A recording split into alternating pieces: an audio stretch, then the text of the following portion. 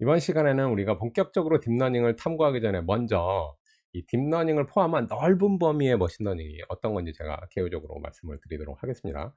자, 여러분, 너무나도 유명한 허무개그 코끼리를 냉장고에 집어넣는 방법에 대해서 여러분께 질문하면서 출발해 보도록 하겠습니다. 자, 여러분, 이렇게 거대한 코끼리를 어떻게 이렇게 작은 냉장고에 집어넣을 수 있을까요?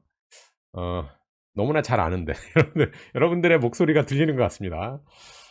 질문을 드리고 답변을 기다리는 요 짧은 순간 제가 또 손발이 오그라들어 가지고 여러분들 잘 아실 거라고 생각이 되고, 이 코끼리 냉장고에 집어넣는 방법 빨리 말씀드리도록 하겠습니다. 자, 첫 번째, 냉장고 문을 엽니다. 자, 두 번째, 코끼리를 냉장고 안에다가 집어넣습니다. 꾹꾹 밀어 가지고요. 그다음에 세 번째, 냉장고 문을 닫습니다. 제가 아재 인증하려고 요 개그 이제 말씀드린 건 아니고, 사실 이제 요 개그 치면 이제 아재도 아니고 할아버지 인증이죠. 할아버지 인증. 우리가 이제 현실적으로 좀 바라볼게요. 현실적으로 바라보면 이 코끼리를 냉장고에 집어넣는 문제는 굉장히 어려운 일이죠. 이 현실적으로 해결하기 어려운 그런 문제예요. 근데 잠깐 우리가 패러다임을 좀 바꿔 가지고요, 잠깐 우리 생각을 이 코끼리를 냉장고에 집어넣을 수 있다고 해 볼게요. 가능해요. 근데 뭔지는 몰라요. 뭔지는 모르는데 그 방법이 있다고 할게요. 그래서 코끼리를 냉장고에 집어넣는 그 방법을 가진, 최적의 해를 가진 방정식을 또는 함수를 fx라고 해 볼게요. 그러면 만약에 우리가 이 fx를 최적화해서 문제를 해결할 수 있는 방법으로 근소화시킨다면, 즉 최적의 fx 값을 구한다면 바로 코끼리를 냉장고에 집어넣는 그런 어려운 문제도 해결을 할 수가 있겠죠. 자, 이 머신러닝이 이 최적의 fx, 최적의 함수를 찾는 역할을 수행을 합니다.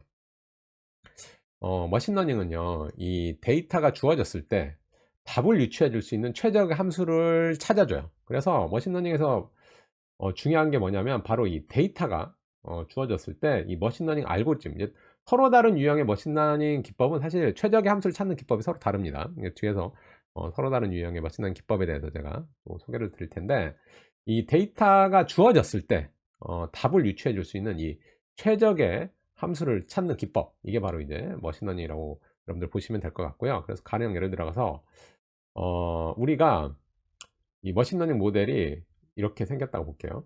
fx라는 최적의 함수를 찾아주는 역할을 수행을 하는 거예요.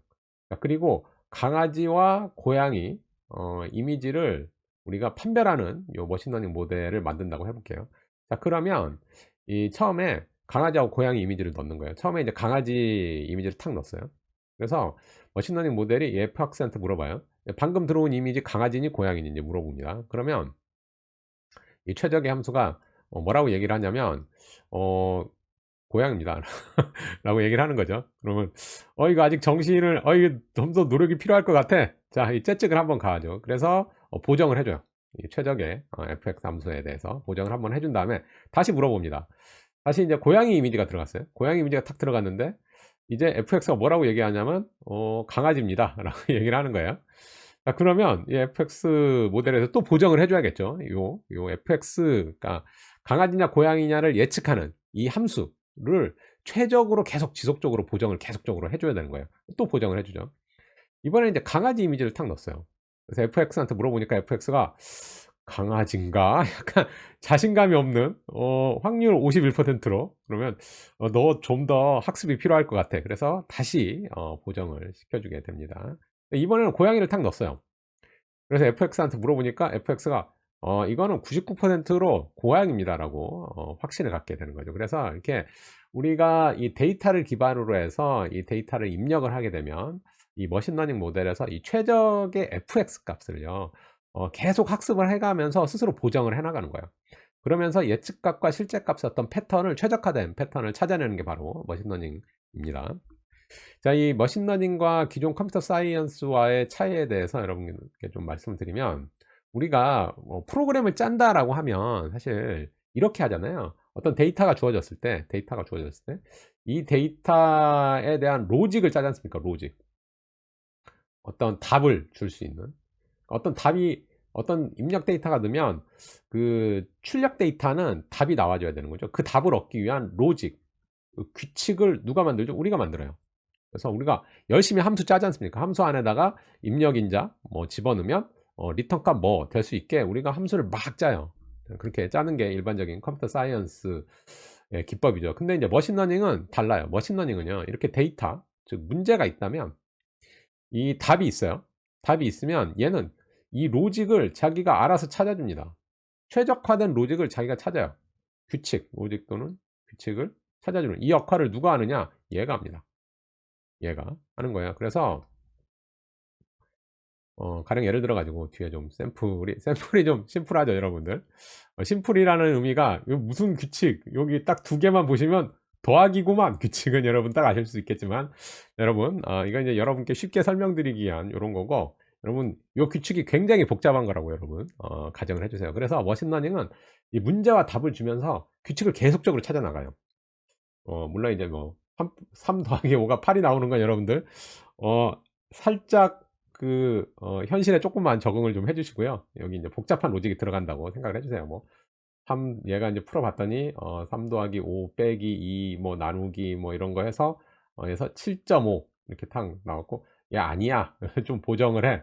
또 7 더하기 11 빼기 뭘 해서 뭐 17.9 뭐 이렇게 나와서 차근차근히 보정을 해 나가면서 결국은 최적의 규칙을 찾아 나가는 방식입니다. 그래서 이제 앞에서 잠깐 설명드린 대로 머신이 어떻게 학습하느냐, 우리가 이 예측값이라는 거를 출력을 하기 위해서 입력값에 기반해서 굉장히 복잡한 함수로 되어 있다고 할게요. 이제 나중에 배울 텐데, 여기 이제 가중치입니다. 가중치.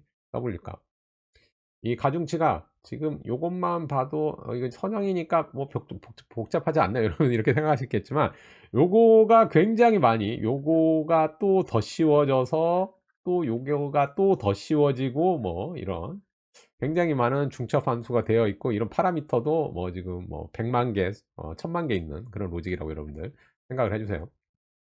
자, 그래서 이게 고양이, 그다음에 강아지, 이런 이미지들을 넣어 가면서 얘가 학습을 계속 하는데요. 만약에 잘못됐어요. 이게 이 모델에서 최저감수 기반해서 모델에서 착 예측을 했는데 이 예측이 잘못됐어요.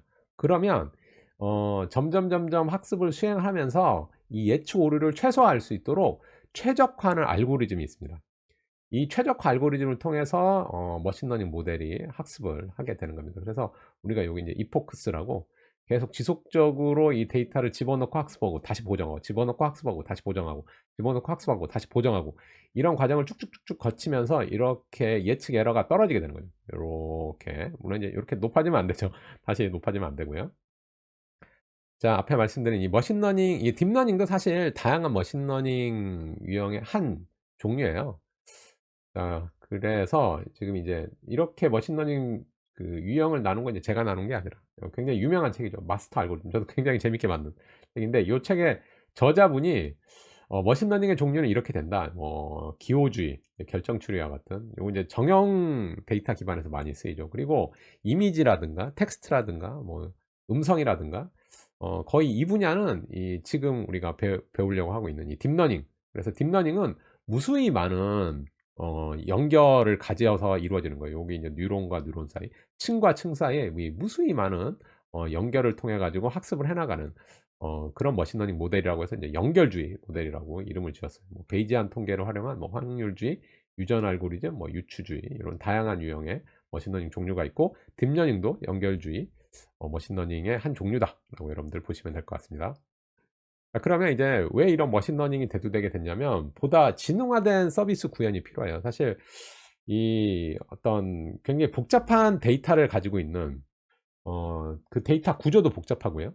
이 패턴 자체도 종잡을 수가 없어요. 그러면 이 종잡을 수 없는 패턴에 따라서 애플리케이션 구현을 하려면 얘가 뭐 10만 라인, 100만 라인 이렇게 코딩 수가 길어진다고 할지언정, 이 예측 케이스가 몇 번 들어오고 거기에 예측 케이스 또 변형이 들어오고, 이러다 보면은 이 코드 자체도 굉장히 복잡해지고, 유지 보수의 어려움이라든가, 또 이거를 정확하게 어떤 해결할 수 있는 이 프로그램이 될 수 있느냐, 또 그것도 아니고. 그래서 이 기존 컴퓨터 사이언스의 패러다임이 변화가 요구됐고, 특히나 인간의 인지 능력, 또 굉장히 복잡한 패턴을 인식하는 그런 부분들은 컴퓨터 사이언스에서 넘을 수 없는 벽으로 인식되어 왔었죠. 그래서 뭐 인간의 인지 능력을 프로그램 상에서 구현할 수 없다라고, 사실은 이제 머신러닝 나오기 전에는 그렇게 좀 많은 부분들이 여겨졌었는데, 이 복잡한 패턴 인식 같은 경우 사실 어렵죠. 우리 이거 딱 보면 어떤 게 0 이고 어떤 게 1 이고 2, 3 인지 알잖아요. 근데 이걸 프로그램적으로 구현하려면 프로그램은 딱 정해진 규칙이 있어야 되는 거예요.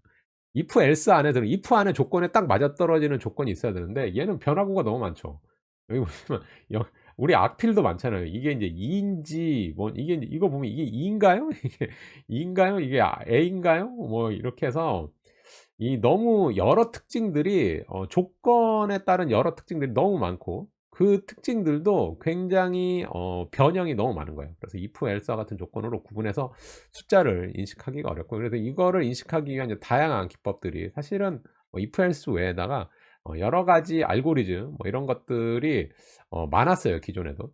기존에도 많았었는데 그거보다 훨씬 정확하게 이 머신러닝 기법을 통해 가지고 복잡한 패턴 인식을 해결하게 됩니다. 그리고 이 복잡한 패턴 인식의 해결 방식이 사람의 인지 능력으로 좀 인지 능력을 대체하기 위한 좀 더 복잡한 문제로 발전해 나가면서 머신러닝이 좀 더 발전을 하게 되는 거죠. 그래서 이 데이터를 기반으로 해서요. 숨겨진 패턴을 인지를 하고 해결을 합니다. 그래서 통계적인 신뢰도 강화하고 예측 오류를 최소화하기 위한 다양한 수학적 기법 우리가 이런 거 인제 앞으로 배워 나갈 거예요. 데이터 내 패턴을 스스로 인지하고 신뢰도 있는 예측 결과를 어떻게 도출해 내는지 우리가 앞으로 배워 나갈 겁니다. 그래서 머신러닝에 대해서 정리드리자면 머신러닝이란 복잡한 애플리케이션 없이도요. 데이터를 기반으로 해서 패턴을 학습하고 결과를 추론하는 알고리즘 기법을 통칭해서 머신러닝이라고 합니다.